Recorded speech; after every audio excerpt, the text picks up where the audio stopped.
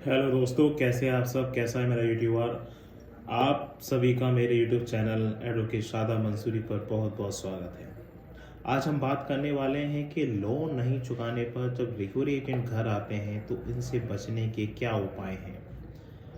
क्योंकि एक सब्सक्राइबर ने मुझसे पूछा कि सर, अगर मैंने कोई लोन ले लिया है तो क्या गुनाह किया है या कोई बहुत बड़ी गलती कर दी है।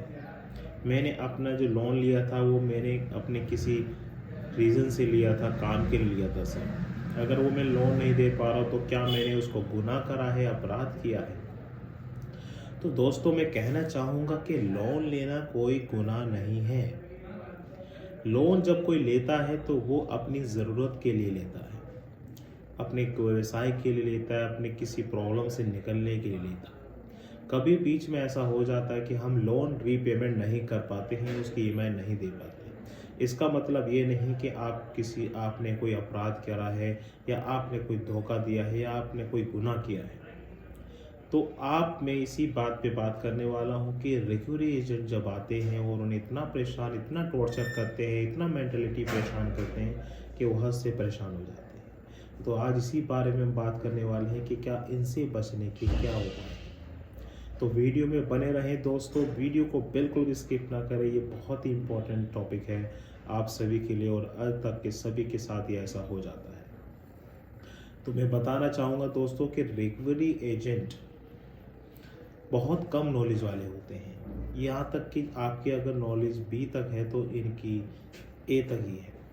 इसलिए इनको नॉलेज नहीं होती है और ये सिर्फ आपसे धमकी देकर, गाली देकर आपसे बात करते हैं, आपके घर आके आपके घर वालों को परेशान करते हैं। इसी से बचने के उपाय बहुत आगे ने गाइडलाइंस जारी करी हुई है। क्योंकि आप इनसे तो अलग चाहते हैं मगर अपने राइट के, अपने अधिकार को नहीं जानते हैं, नहीं पहचानते हैं। आप जानने की कोशिश नहीं करते कि मेरे क्या राइट्स हैं। सभी के लिए लॉ बना हुआ है, सभी के लिए कानून बना हुआ है, सभी के लिए गाइडलाइंस जारी हुई है। इसी जारी को आपको जानना चाहिए तो आपको कोई परेशान नहीं करेगा। रिकवरी एजेंट एक तो बहुत कम नॉलेज वाला होता है और किसी के पास ज़्यादातर ये फेक रिकवरी एजेंट होते हैं, क्योंकि इन ना तो ये कभी कुछ करते हैं और ना ही ये कभी कोई एग्ज़ाम पास करके आए। ये सिर्फ अपने धमकाना और परेशान करना इनका एक मकसद होता है, क्योंकि इनको परसेंटेज पर रखा जाता है कि जितना आप पैसा रिकवर करोगे आपका इतना परसेंट आपका होगा।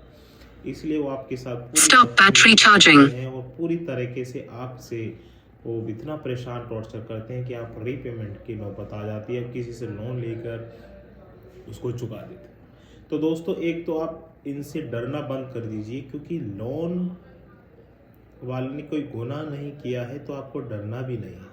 अगर कोई रिकवरी एजेंट आता है तो अगर उसके पास आई कार्ड नहीं है या उसके पास सर्टिफिकेट नहीं है बैंक से आने का या किसी कंपनी से आने का, तो आप उसे अंदर घुसने मत दीजिए। अगर कोई कहता है कि आप मुझसे ये बदतमीजी आपके साथ कोई कर रहा है तो आप तुरंत अपने फ़ोन से पुलिस को कॉल करें और उन्हें बुलाएं। बट ध्यान रहे कि आप कोई भी फॉल्स या कोई भी झूठा तथ्य आप पुलिस को ना बताएं। आप सीधा बताएं कि सर, मैंने लोन लिया था, मेरा काम नहीं चल रहा है, तो ये रिफंड आए और ये मुझे धमकी दे रहे हैं। क्या ये कानून में ऐसा है कि लोन ले लिया है तो धमकी दिया जाएगा, पैसा रिकवर किया जाएगा? ऐसा नहीं है। पुलिस तभी आपकी रिपोर्ट को दर्ज करेगी और उसे रिकवरी एजेंट को जेल के पीछे भेज देगी, सलाखों के पीछे वो आ जाएगा। तो ये आपका सबसे बड़ा है। एक तो रिकवरी एजेंट सुबह 7 बजे से शाम के 7 बजे के सुबह से 7 बजे से पहले और शाम को 7 बजे के बाद नहीं आ सकते हैं। घर में किसी को भी परेशान नहीं कर सकते हैं, सिर्फ उसी से ही बात करेंगे जिसने लोन लिया है। ये सबसे बड़ा आपका पॉइंट है, इसको जानना चाहिए। रिकवरी एजेंट को काफ़ी गाइडेंस दी गई है कि आप किसी भी तरह का कोई बदतमीज़ी या किसी तरह का बिहेवियर आप लोनकर्ता के साथ नहीं करेंगे।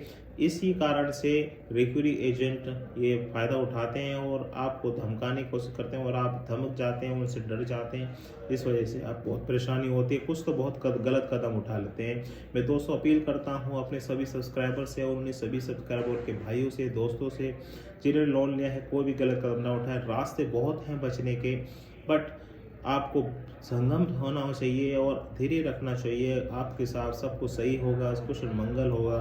बट आप मेरे साथ जुड़े रहें और मेरी वीडियो को देखते रहें, और आपके साथ कोई भी रिकवरी एजेंट या कोई बैंक या कोई लोन करता कंपनी आपके साथ कोई भी मिसबिहेव नहीं कर सकती है।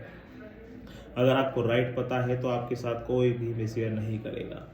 अगर आपके पास पैसे हैं तो लौटा दीजिए, अगर नहीं है तो डरने की कोई बात नहीं है। आपका कोई कुछ नहीं उखाड़ सकता है। ये हम बैठे हैं, आप लोग बैठे हैं। बट आप फेक वीडियो वालों से भी बचिए जो फेक इन्फॉर्मेशन देते हैं, जिसे नॉलेज नहीं है। मैं एज ए एडवोकेट हूँ, मैं जानता हूँ कि क्या कानून है क्या नहीं है, इसलिए कहता हूँ कि सही रहिए। वीडियो बहुत चीज़ आती है मगर कोई गलत कदम ना उठाए। इस वजह से आपको वीडियो को भी जांचना है और देखना है कि क्या इसे नॉलेज है या नहीं है। तो रिकवरी एजेंट से बचने के उपाय काफ़ी हैं। तो पहले उसका आई कार्ड होना चाहिए, उस पर ऑथराइज लेटर होना चाहिए, और वो DAV से सर्टिस्फाइड होना चाहिए। अगर वो नहीं करता है तो आप उसे घुसना नहीं दिया, और वो ज़बरदस्ती करता है तो आप उस पुलिस को कॉल कर सकते हैं। सीधा सिंपल है। और एक अपने लेटर एक बैंक को दे सकते हैं कि आपके द्वारा भेजा गया रिकवरी एजेंट हमारे साथ बदतमीजी करी है, तो उसकी शिकायत भी आप बैंक में या किसी कंपनी में कर सकते हैं। यहाँ तक कि आप RBI में भी बैंक की शिकायत कर सकते हैं, अगर वो आपकी शिकायत का उल्लेख ना करे। ये एक रूल है कि 30 दिन के भीतर आपकी शिकायतों का निवारण करना अनिवार्य है, वरना 100 रुपये फाइन बैंक को देना होगा। तो ये दोस्तों आपको पता चल गया। आगे ऐसे कोई भी स्थिति आती है तो आप पुलिस को कॉल कर दें। रिकवरी एजेंट से रिलेटेड कोई भी आपके साथ नहीं कर सकता। देखो, पैसे मांगने आते हैं, कॉल जरूर आती है, मगर उस कुछ हद तक के उनके अधिकार हैं, वो अधिकार में तो रहेंगे तो ठीक है, नहीं रहेंगे तो आप अपने अधिकार को जानते हैं और उसे अधिकार को बता सकते हैं। वीडियो अच्छी लगी तो सब्सक्राइब और लाइक कीजिएगा और ज़्यादा से ज़्यादा शेयर कीजिएगा।